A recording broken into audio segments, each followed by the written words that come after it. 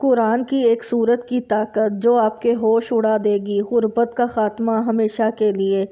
ٹانگوں میں درد، کمر میں درد، شوگر، آدھے سر کا درد، اندرونی بیرونی ہر قسم کی بیماری جڑ سے ختم۔ محترم ناظرین، انسان جب بیماریوں سے عاجز آ جاتا ہے تو ڈاکٹر بھی اسے روحانی علاج کا مشورہ دیتے ہیں۔ کئی بار لوگوں کو اللہ کے کلام سے شفا پاتے دیکھا اور سنا ہے، جن کا عقیدہ ہے کہ جو کام ادویات نہیں کر سکتی وہ اللہ کا کلام سب سے بہتر کرتا ہے اور سب سے بہترین اور افضل علاج ہے جس میں شفائے کاملہ موجود ہے۔ پچھلے دنوں ایک صاحب جو سرکاری ادارے میں اچھی پوسٹ پر ہیں بتا رہے تھے کہ انہیں جسمانی طور پر نکاہت اور بے چینی بہت ہونے لگی، تھکن ہر وقت سر پر سوار رہتی، جبکہ دفتر کا کام اتنا حساس ہے کہ اس میں غفلت کی کوئی گنجائش نہیں۔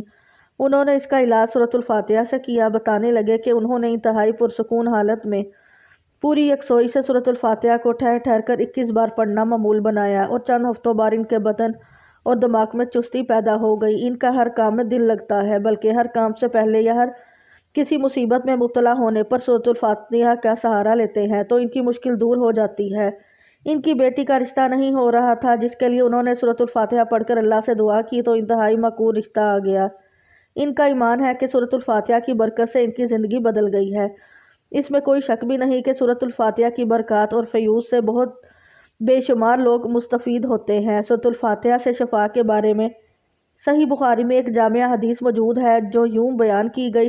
حضرت ابو سعید خدری رضی اللہ عنہ نے بیان کیا کہ ہم ایک فوجی سفر میں تھے۔ ہم نے ایک قبیلے کے نزدیک پڑاؤ کیا، پھر ایک لونڈی آئی اور کہا کہ قبیلے کے سردار کو بچھو نے کاٹ لیا ہے اور ہمارے قبیلے کے مرد موجود نہیں ہے، کیا تم میں سے کوئی بچھو کا جھاڑ پھونک کرنے والا ہے؟ ایک صحابی اس کے ساتھ کھڑے ہو گئے۔ ہم کو معلوم تھا کہ وہ جھاڑ پھونک نہیں جانتے، لیکن انہوں نے قبیلہ کے سردار کو جھاڑا تو اس سے صحت ہوگی۔ اس نے اس کے شکرانے میں 30 بکریاں دینے کا حکم دیا اور ہمیں دودھ پلایا۔ جب وہ جھاڑ پھونک کر واپس آئے تو ہم نے ان سے پوچھا، کیا تم واقعی کوئی منتر جانتے ہو؟ انہوں نے کہا کہ نہیں، میں نے تو صرف سورۃ الفاتحہ پڑھ کر اس پر دم کیا تھا۔ ہم نے کہا کہ اچھا، جب تک ہم رسول اللہ صلی اللہ علیہ وسلم سے اس کے متعلق نہ پوچھ لیں، ان بکریوں کے بارے میں ہم اپنی طرف سے کچھ نہ کہو۔ چنانچہ ہم نے مدینہ پہنچ کر حضور صلی اللہ علیہ وسلم سے ذکر کیا تو آپ صلی اللہ علیہ وسلم نے فرمایا کہ انہوں نے کیسے جانا کہ سورۃ الفاتحہ منتر بھی ہے؟ اسے تقسیم کر لو اور اس میں سے میرا حصہ بھی لگانا۔ محترم ناظرین، نماز میں سورۃ الفاتحہ کی قرات فرض ہے اور یہ اس کا ضروری رکن ہے جس کے ترک سے نماز باطل ہو جاتی ہے۔ تمام قرآن میں سے صرف سورت کو نماز میں بطور رکن کے مقرر کیا گیا اور باقی قرات کے لیے اختیار دیا گیا کہ جہاں سے چاہو پڑھ لو۔ اس کی وجہ یہ ہے کہ سورۃ الفاتحہ پڑھنے میں آسان، مضمون میں جامع اور سارے قرآن کا خلاصہ اور ثواب میں سارے قرآن کے ختم کے برابر ہے۔ اس سورت میں اللہ کی صفات ہیں اور اس کو الشفاء القاریہ بھی کہا جاتا ہے۔ حدیث مبارکہ ہے کہ حضور صلی اللہ علیہ وسلم نے فرمایا کہ سورۃ الفاتحہ ہر بیماری کے لیے شفا ہے۔ حضرت محمد صلی اللہ علیہ وسلم کے عہد مبارک میں ایک موقع پر ایک صحابی نے ایک سانپ ڈسنے شخص پر سورۃ الفاتحہ سے دم جھاڑا کیا تو اسے شفا ہو گئی تھی۔ سنن ابن ماجہ و سند احمد۔ حضرت ابی بن کعب رضی اللہ عنہ سے مروی ہے کہ ایک دیہاتی نے حضور صلی اللہ علیہ وسلم سے عرض کی کہ حضرت، میرے بیٹے کو تکلیف ہے۔ آپ صلی اللہ علیہ وسلم نے پوچھا کہ کیا تکلیف ہے؟ اس نے کہا، اسے اسیب ہے۔ آپ صلی اللہ علیہ وسلم نے فرمایا، اسے میرے پاس لے آؤ۔ چنانچہ وہ لے آیا تو آپ صلی اللہ علیہ وسلم نے اسے اپنے سامنے بٹھایا اور اس پر سورۃ الفاتحہ اور دیگر آیات سے دم کیا تو وہ لڑکا کھڑا اٹھ ہوا کہ گویا اسے کوئی تکلیف نہ تھی۔ سورۃ الفاتحہ کو کثرت سے پڑھنا ثواب بھی ہے اور اللہ کی رضا سے بلا شبہ یہ ہر مسئلے کا حل بھی ہے۔ روزانہ اول آخر درود پاک کے ساتھ اس کو 11 بار پڑھنے والے روحانی طور پر انتہائی مضبوط ہوتے ہیں، بے شمار امراض سے بچ جاتے ہیں۔ حضرت ابو ہریرہ رضی اللہ عنہ منقول ہے کہ رسول اللہ صلی اللہ علیہ وسلم نے فرمایا کہ حق تعالیٰ نے فرمایا ہے کہ نماز یعنی سورۃ الفاتحہ میرے اور میرے بندے کے درمیان 2 حصوں میں تقسیم گئی ہے، نصف میرے لیے ہے اور نصف میرے بندے کے لیے، اور جو کچھ میرا بندہ مانگتا ہے وہ اس کو دیا جائے گا۔ پھر رسول اللہ صلی اللہ علیہ وسلم نے فرمایا کہ بندہ جب کہتا ہے الحمدللہ رب العالمین تو اللہ تعالیٰ فرماتا ہے کہ میرے بندے نے میری حمد کی ہے، اور جب وہ کہتا ہے الرحمن الرحیم تو اللہ فرماتا ہے کہ میرے بندے نے میری تعریف و ثنا بیان کی ہے، اور جب بندہ کہتا ہے مالک یوم الدین تو اللہ فرماتا ہے کہ میرے بندے نے میری بزرگی بیان کی ہے، اور جب بندہ کہتا ہے ایاک نعبد و ایاک نستعین، تو اللہ تعالیٰ فرماتا ہے کہ یہ آیت میرے اور میرے بندے کے درمیان مشترک ہے، کیونکہ اس میں ایک پہلو حق تعالیٰ کی حمد و ثنا کا ہے اور دوسرا پہلو بندے کی دعا و درخواست کا۔ اس کے ساتھ یہ بھی ارشاد ہوا کہ میرے بندے کو وہ چیز ملے گی جو اس نے مانگی۔ پھر بندہ کہتا ہے اہدنا الصراط المستقیم، آخر تک تو حق تعالیٰ فرماتا ہے کہ یہ سب میرے بندے کے لیے ہے اور اس کو وہ چیز ملے گی جو اس نے مانگی۔ بحوالہ متعارف القرآن محترم ناظرین، ایک مرتبہ رسول اللہ صلی اللہ علیہ وسلم تشریف فرما تھے اور صحابہ کرام بھی کافی تعداد میں آپ صلی اللہ علیہ وسلم کی خدمت اقدس میں بیٹھے ہوئے تھے۔ رسول اللہ صلی اللہ علیہ وسلم نے ارشاد فرمایا کہ اللہ تعالیٰ نے مجھے بہت سی نعمتیں عطا فرمائی ہیں جو کہ مجھ سے پہلے کسی پیغمبر کو نہیں دی گئی۔ پھر ارشاد فرمایا کہ میں بیٹھا ہوا تھا کہ جبرائیل علیہ السلام نے آ کر کہا کہ اللہ تعالیٰ کا حکم ہے کہ میں نے آپ کے پاس جو کتاب بھیجی ہے اس میں سے ایک ایسی صورت ہے کہ اگر وہ تورات میں ہوتی تو حضرت موسیٰ علیہ السلام کی امت میں سے کوئی شخص گمراہ نہ ہوتا، اگر انجیل میں وہ صورت ہوتی تو کوئی عیسائی بت پرست نہ ہوتا، اگر زبور میں وہی صورت ہوتی تو کوئی شخص حضرت داؤد علیہ السلام کی امت سے غنی نہ بن پاتا۔ یہ اس لیے بھیجی گئی ہے تاکہ اس کی برکت سے آپ صلی اللہ علیہ وسلم کی امت اللہ تعالیٰ سے مدد حاصل کرے اور قیامت کے دن جہنم کے خوف سے اور عذاب سے خلاصی پائے۔ صحابہ کرام نے پوچھا یا رسول اللہ صلی اللہ علیہ وسلم وہ کون سی صورت ہے؟ آپ صلی اللہ علیہ وسلم نے فرمایا وہ سورۃ الفاتحہ ہے۔ پھر حضرت جبرائیل علیہ السلام نے کہا مجھے اس پروردگار کی قسم جس نے آپ کو پیغمبر بنا کر بھیجا، اگر روئے زمین کے دریا سیاہی اور تمام درخت قلم اور ساتوں آسمان اور زمین کاغذ بن جائیں اور ابتدائے عالم سے لے کر اب تک فرشتے اور تمام دنیا کے انسان اس کے فضائل لکھنا چاہیں تو اس کی فضیلت نہیں لکھ سکیں گے۔ محترم ناظرین، اگر آپ دنیا کے غم و آلام سے تنگ آ گئے ہوں، کسی جگہ پناہ نہ ملتی ہو، مسائل بے شمار ہو گئے ہوں اور وسائل نہ ہونے کے برابر ہوں، آپ کا بال بال قرض میں جکڑا ہو اور گھر والے بھی آپ سے بدظن ہو چکے ہوں، دوستوں نے منہ موڑ لیا ہو، روزگار کی تلاش ہو لیکن روزگار نہ ملتا ہو، دن بدن غربت اور تنگ دستی چل رہی ہوتی جا رہی ہو، تو آپ کے لیے یہ ویڈیو مکمل دیکھیے گا۔ اس میں بہت سارے پیچیدہ مسائل اور ان کا حل آسان بتایا گیا ہے۔ افلاس کی دلدل میں آپ دھنستے چلے جا رہے ہوں تو ایسے حالات میں آپ اس مالک حقیقی کے دربار میں سر جھکائے جو سب کی سنتا ہے اور سب سے زیادہ عطا کرنے والا ہے۔ اس سے بڑھ کر کوئی کریم نہیں، کوئی مہربان نہیں، کوئی رحم کرنے والا نہیں، کوئی سخی نہیں۔ آپ اس مالک و مقام میں کامل بھروسہ کرتے ہوئے، یقین کرتے ہوئے کہ اگر اس کا در بند ہو گیا تو پھر کوئی اور درد آپ کے لیے کھلنے والا نہیں، اور اگر اس نے آپ کو عطا کرنے کا فیصلہ کر لیا تو کوئی آپ کو محروم کرنے والا نہیں۔ اس ایمان اور یقین کے ساتھ سورۃ الفاتحہ کا یہ عمل کریں، 40 مرتبہ درود ابراہیمی پڑھیں اور سجدے میں چلے جائیں اور یقین رکھیں کہ آپ کا سر زمین پر نہیں، اللہ تعالیٰ تبارک کے قدموں پر رکھا ہے۔ اس تصور سے بھیگی ہوئی آنکھوں اور قلب کی رکت کے ساتھ اپنی پریشانیاں اپنے رب کے حضور رکھیں اور ان کی مدد مانگیے۔ انشاءاللہ اتنا ملے گا کہ آپ سے سنبھالا نہیں جا سکے گا، کیونکہ وہ ذات تو دینے کے لیے ہر وقت تیار ہے۔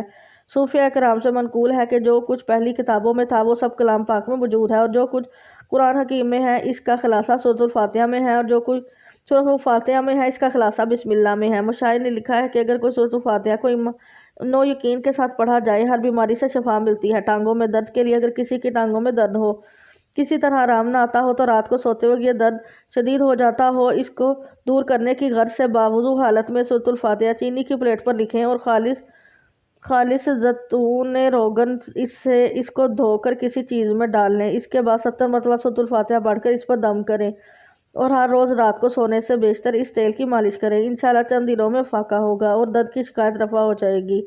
کمر درد کے لیے سردی کے موسم میں موسمی اثرات کے باعث ہونے والی کمر درد میں فاقہ حاصل کرنے کے لیے باوضو حالت میں شیشے کی پلیٹ پر 1 مرتبہ سورۃ الفاتحہ لے کر روغن بلسم خالص سے اس کو پانی کی طرح دھو لیں، پھر اس تیل پر 70 مرتبہ سورۃ الفاتحہ پڑھ کر کسی شیشی میں محفوظ تیل کر لیں۔ کمر درد ہونے کی صورت میں اس تیل سے کمر کی خوب مالش کریں، انشاءاللہ درد میں آرام آ جائے گا۔ نصف سر درد کے لیے اگر کسی کو نصف یعنی آدھے سر میں شدید درد ہو اور کسی طرح آرام نہ ہوتا ہو تو دوسرا شخص باوضو حالت میں انگوٹھے اور درمیان والی انگلی میں سے اس کی کن پٹیوں کو زور سے دباتے ہوئے سورۃ الفاتحہ پڑھنا شروع کرے اور پڑھتے ہوئے آہستہ آہستہ دونوں انگلیوں کو ماتھے کے درمیانی پیشانی پر ملا دے اور سورۃ الفاتحہ ختم کرے۔ یہ عمل 3 مرتبہ کریں اور 3 دن تک بلا ناغہ کریں۔ انشاءاللہ تعالیٰ سورۃ الفاتحہ کی برکت سے درد کو آرام آ جائے گا۔ اور تنگ دستی دور کرنے کے لیے جو کوئی یہ چاہے کہ اس کی تنگ دستی دور ہو جائے، اس کی روزی فراخ ہو جائے، اس کے ہاں دولت کی ریل پیل ہو جائے، تو اسے چاہیے کہ وہ ہر نماز کے بعد توجہ اور یکسوئی کے ساتھ 21 مرتبہ سورۃ الفاتحہ پڑھ کر اللہ تعالیٰ سے دعا مانگا کرے۔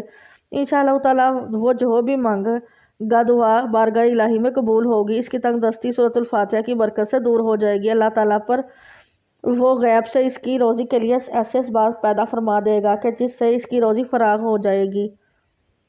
اس کی تنگ دستی خوشحالی میں بدل جائے گی۔ یقین کامل اور توجہ یکسوئی کے ساتھ عمل کو بلا ناغہ جاری رکھے، بفضل باری تعالیٰ فیض یاب ہوگا۔ اولاد کے حصول کے لیے اگر کوئی عورت بے اولاد ہو اور اولاد کی نعمت سے محروم ہو اور چاہتی ہو کہ اللہ تعالیٰ اسے اولاد کی نعمت سے نوازے، تو اس مقصد کے لیے چاند کے مہینے کی پہلی جمعرات کو اول آخر 3 مرتبہ درود پاک پڑھے، درمیان میں 100 مرتبہ سورۃ الفاتحہ پڑھے۔ بسم اللہ الرحمن الرحیم، الحمدللہ رب العالمین الرحمن الرحیم مالک یوم الدین، ایاک نعبد و ایاک نستعین، اہدنا الصراط المستقیم صراط الذین انعمت علیہم غیر المغضوب علیہم ولا الضالین۔ سادہ پانی کے گلاس پر دم کریں۔ اس دم کیے ہوئے پانی کو تھوڑا تھوڑا دونوں میاں بیوی کو پلا دیں۔ ہر جمعرات کو 7 جمعرات تک یہ عمل کریں، کسی بھی جمعرات کو ناغہ نہ کریں۔ انشاءاللہ تعالیٰ اس عورت کو عمل قرار پایا جائے گا اور وہ اولاد کی نعمت سے سرفراز ہوگی۔ خاوند کو راہ راست پر لانے کے لیے اگر کسی کا خاوند بری عادات کا شکار ہو کر راہ راست پر نہ آتا ہو، گھر میں ہر وقت لڑائی جھگڑا رہتا ہو، تو ایسی صورت میں چاہے کہ 11 مرتبہ سورۃ الفاتحہ پڑھ کر پانی پر دم کرے اور ہر روز خاوند کو پلائے۔ انشاءاللہ تعالیٰ سورۃ الفاتحہ کی برکت سے بھٹکا ہوا خاوند راہ راست پر آ جائے گا، اس کی بری عادات چھوٹ جائیں گی اور وہ نیکی کی راہ پر گامزن ہو جائے گا۔ بگڑے ہوں کو راہ راست پر لانے کے لیے سورۃ الفاتحہ بہت جلد اپنا اثر دکھاتی ہے۔ نظر بد سے بچاؤ کے لیے جس بچے کو بہت جلد نظر بند ہو جاتی ہو، ہر روز کسی نہ کسی کی نظر بند کا شکار ہو جاتا ہو، تو چاہیے کہ باوضو حالت میں سورۃ الفاتحہ لکھ کر تعویذ میں محفوظ کر کے بچے کے گلے میں ڈال دیں۔ انشاءاللہ تعالیٰ بچہ نظر بد سے محفوظ رہے گا۔ اگر کسی بچے کو نظر بند ہوئی تو اسے بھی اسی طرح دم کر بفضل باری تعالیٰ نظر اتر جائے گی اور بچہ ٹھیک ہو جائے گا۔ فالج کے مرض سے بچنے کے لیے فالج کے مرض میں مبتلا افراد کے لیے سورۃ الفاتحہ اکثیر کی حیثیت رکھتی ہے۔ جو بھی کوئی فالج کے مرض میں مبتلا ہو، کسی دوسرے شخص کو چاہیے کہ وہ باوضو حالت میں شیشے کے برتن پر سورۃ الفاتحہ لکھے اور اسے خالص سے روغن بلسام سے دھوئے۔ اس کے بعد 70 مرتبہ سورۃ الفاتحہ پڑھ کر تیل پر دم کرے۔ یہ دم کیا ہوا تیل کسی شیشی وغیرہ میں ڈال کر محفوظ کرے۔ ہر روز اس تیل کی مالش کریں۔ انشاءاللہ تعالیٰ چند دنوں میں ہی فاقہ ہوگا، شفا کاملہ نصیب ہوگی۔ ایک روایت میں ہے کہ ابلیس کو اپنے سر پر خاک ڈالنے کی نوبت 4 مرتبہ پیش آئی۔ ایک مرتبہ اس وقت جب اس پر لعنت ہوئی، دوسرا اس وقت جب اس کو رندھا درگاہ کیا گیا، تیسرے اس وقت جب نبی کریم صلی اللہ علیہ وسلم کو نبوت عطا ہوئی، اور چوتھے اس وقت جب آپ پر سورۃ الفاتحہ نازل ہوئی۔ ابن قمیم رحمۃ اللہ علیہ کہتے ہیں، مجھے طواف وغیرہ کے دوران بسا اوقات ایسا شدید درد اٹھتا کہ میں حرکت نہیں کر سکتا، تو میں ایسی کیفیت میں فوری طور پر سورۃ الفاتحہ پڑھ کر درد والی جگہ پر ہاتھ پھیرتا تو درد ایسے رفع ہو جاتا جیسے تھا ہی نہیں۔ میں نے اس چیز کا تجرباتی مشاہدہ کیا، کئی بار کیا۔ اسی طرح زمزم کا پیالہ بھر کر اس پر سورۃ الفاتحہ پڑھ کر پیتا تو مجھے بہت فائدہ اور توانائی حاصل ہوتی کہ کسی دعا سے اتنی نہ ملتی تھی۔ ناظرین، سورۃ الفاتحہ الکتاب، ام القرآن، سبیع المثانی، کامل شفا، مؤثر دعا، بہترین دم، خزانوں اور کامیابیوں کی کنجی، جسمانی طاقت کی محافظ، غموں، پریشانیوں، خدشات اور مشکلات کے لیے تریاق سورۃ الفاتحہ ہے۔ البتہ یہ تمام چیزیں اس شخص کو حاصل ہوتی ہیں جو سورۃ الفاتحہ کا مقام حقیقی انداز میں پہچاننے، سورۃ الفاتحہ کے حقوق مکمل ادا کرے، بیماری سے شفا یابی کے لیے مناسب اور موزوں طریقے اپنائے اور اس راز کو حاصل کرے جس کی وجہ سے اس سورت کو اتنا بڑا مقام دیا گیا ہے۔ یہی وجہ ہے کہ یہ تمام چیزیں جب چند صحابہ کرام میں مکمل تھی تو بچھو اور سانپ کے ڈسے ہوئے شخص کو صحابہ کرام نے سورۃ الفاتحہ سے دم کیا تو اسے فوری طور پر شفا حاصل ہوگی۔ اس لیے نبی کریم صلی اللہ علیہ وسلم نے اس صحابی سے پوچھا، آپ کو کیسے معلوم ہوا کہ سورۃ الفاتحہ دم بھی ہے؟